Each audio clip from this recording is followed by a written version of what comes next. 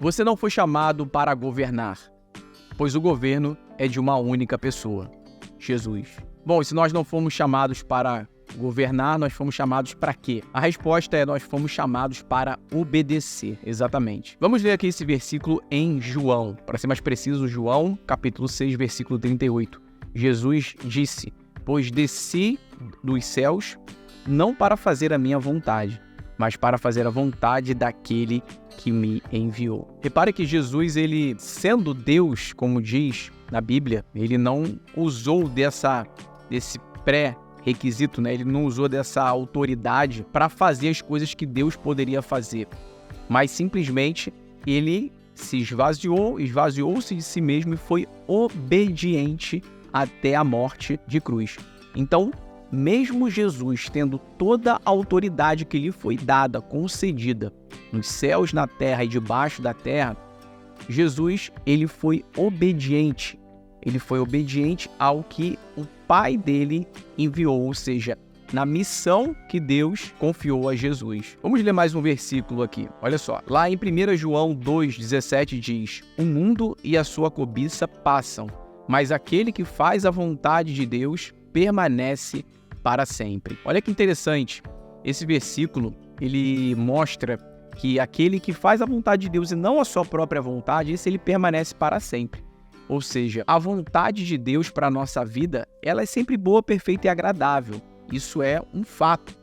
E o problema é quando a gente quer sempre nas coisas, nas tarefas, nas obrigações, a gente fazer a nossa vontade ao invés de submeter a vontade daquela tarefa, por exemplo, específica a Deus em primeiro lugar. E aí tem outro versículo que diz muito claramente que é mais fácil você obedecer do que sacrificar.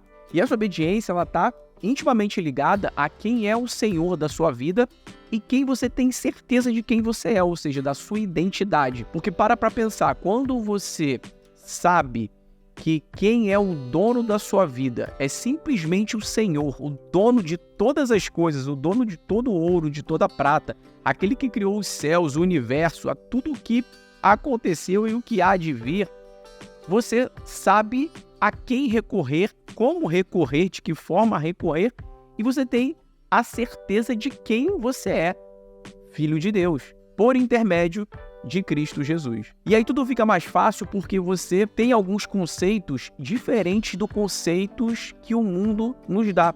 Por exemplo, o mundo nos diz que nós somos aquilo que nós temos, nós somos aquilo que nós fazemos, nós somos aquilo que nós moramos, né? Se você mora em tal lugar, exemplo, se você mora em tal lugar, por exemplo, um bairro que é um bairro menos favorecido, um bairro, por exemplo, no subúrbio de uma cidade, as pessoas, elas te julgam pelo aquele bairro, porque você mora naquele bairro. Ah, você é de Guadalupe. Ah, você é do Jardim América. Ah, não, eu sou da Barra da Tijuca. Ah, não, eu moro no Leblon. Ah, eu moro em Ipanema. Então você vê que já existe essa diferenciação, porque o próprio meio, a própria população, o próprio sistema, ele já rotula as pessoas dizendo que a pessoa é onde que ela mora. Ou a pessoa é aquilo que ela tem, o carro que ela possui, a casa que ela mora. Quando, na verdade, a Bíblia, ela nos diz outra coisa totalmente diferente do que o mundo nos diz. Se você olhar nesse versículo aqui que eu separei, que está lá em Mateus 12, capítulo 12, versículo 50, né?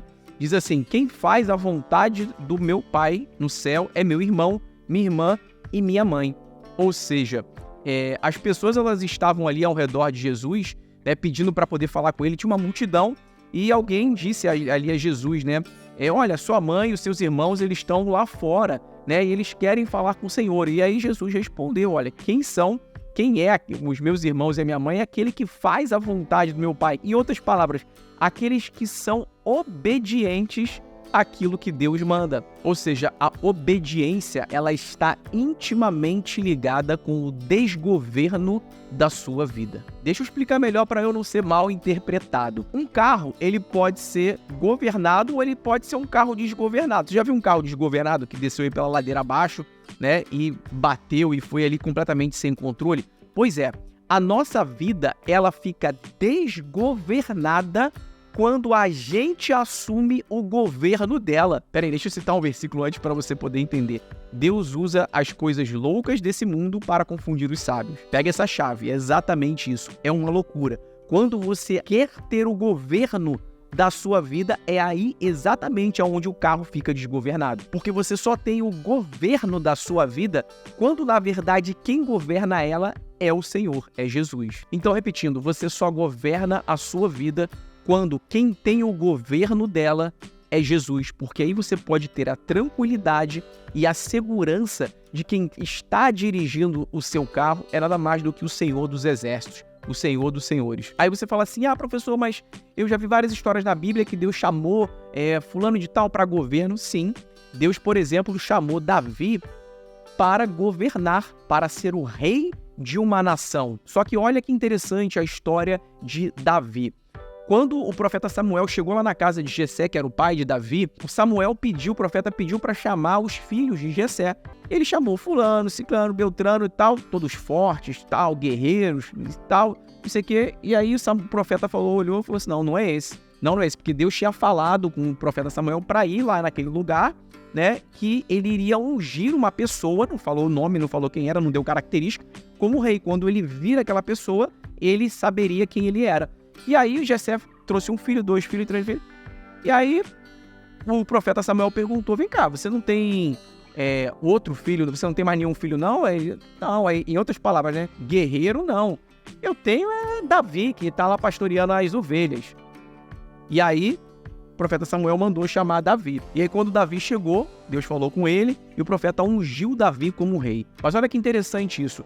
Deus, ele confirmou para Samuel que Davi, né, seria o rei, né, ungido, e sendo que Davi era uma pessoa completamente improvável. Ele era totalmente improvável, porque ele era pastor, ele não tinha porte de atleta, de guerreiro, de guerreiro. Ele não tinha nenhuma característica de luta, pelo contrário, ele era um pastor de ovelhas. E aí quando eu digo que está na Bíblia que Deus usa as coisas loucas desse mundo para confundir as sábias, é exatamente isso. E aí o mais interessante de tudo isso é que Deus tornou uma pessoa que era totalmente improvável em simplesmente rei de uma nação. E aí você vai lá, então você confirmou, né, que Deus chamou Davi para governar, para o governo. Sim, Deus chamou uma pessoa, chamou várias pessoas, além de Davi, para governar, para ser rei.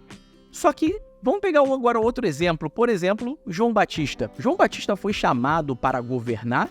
Não. Que eu saiba que está escrito na Bíblia, João Batista foi chamado para preparar o caminho para o Senhor. João Batista falava, eu sou a voz que clama no deserto. E olha só que legal esse versículo aqui sobre João Batista. Olha só que legal. Diz aqui em Lucas 7:28. Eu digo que entre os que nasceram de mulher não há ninguém maior do que João. Todavia, o menor no reino de Deus é maior do que ele. Olha só que interessante. Assim como João e assim como vários outros apóstolos, por exemplo, Paulo, nenhum deles foi chamado para governar sobre todas as coisas. Pelo contrário, Deus tinha um propósito para cada um deles e nem sempre o propósito de Deus é para você se tornar um rei, para você se tornar um presidente, para você se tornar um governante de uma nação. E aí é isso que às vezes dá um bug, na verdade, na cabeça das pessoas. Porque para responder essa pergunta, eu preciso estar numa posição de governo ou não? Para isso, você precisa entender qual é o propósito de Deus na sua vida. Porque quando você entende qual é o propósito de Deus na sua vida, você vai saber exatamente o que você precisa fazer. Faz sentido? Então vamos lá. Qual é o propósito maior de Deus aqui em cima? O maior propósito de Deus é que nós tenhamos uma família com muitos filhos, muitos irmãos, parecidos com o seu filho, unigênito, primogênito, Jesus. Ou seja, a imagem e semelhança de Jesus. Esse é o propósito principal, ok? Só que cada um de nós somos seres totalmente diferentes, com talentos diferentes, com habilidades diferentes. E Deus depositou em cada um de nós justamente essas habilidades, esses talentos diferenciados. E aí a grande sacada de tudo é você orar, todos os dias a Deus até que Ele revele qual é o propósito que Ele tem para a sua vida especificamente. Por exemplo, digamos que Deus derramou um talento em você sobre, por exemplo, sobre música, um talento musical. E aí, você exercendo um trabalho que seja, por exemplo, fora desse dom e talento que Deus te deu, você não vai se sentir totalmente completo. Então, sim, o propósito de Deus no que diz respeito aos talentos, às habilidades para cada um de nós, esse sim, ele é diferente. E cabe a cada um de nós orar todos os dias para que Deus ele fale conosco para revelar quais são esses talentos. Às vezes está muito notório, muito claro, né, baseado naquilo que você faz, naquilo que você sabe, nas suas habilidades, naquilo que você fez desde criança, naquilo que você ama fazer, e saber como que você vai usar esse talento para glorificar o nome de Deus. Lembra de uma coisa, nós somos mordomos daquilo que Deus nos deu, incluindo isso, os nossos dons, talentos e habilidades. Então é uma grande responsabilidade você não só orar e pedir a Deus direção, mas você ter a certeza de que você está fazendo aquilo que Deus chamou para fazer. Lembre-se que é melhor obedecer do que sacrificar. Entrega o governo da tua vida para Jesus, que Ele vai governar a sua vida soberanamente e de maneira inigualável. E se você quer receber uma palavra diária de Deus aí no seu WhatsApp, é só você clicar no link da descrição, entrar lá para a nossa comunidade, que diariamente eu compartilho a palavra de Deus lá. E se você lembrou de alguém depois de ouvir essa palavra, compartilhe esse vídeo com essa pessoa. Se inscreve no canal e deixa seu comentário mais abaixo.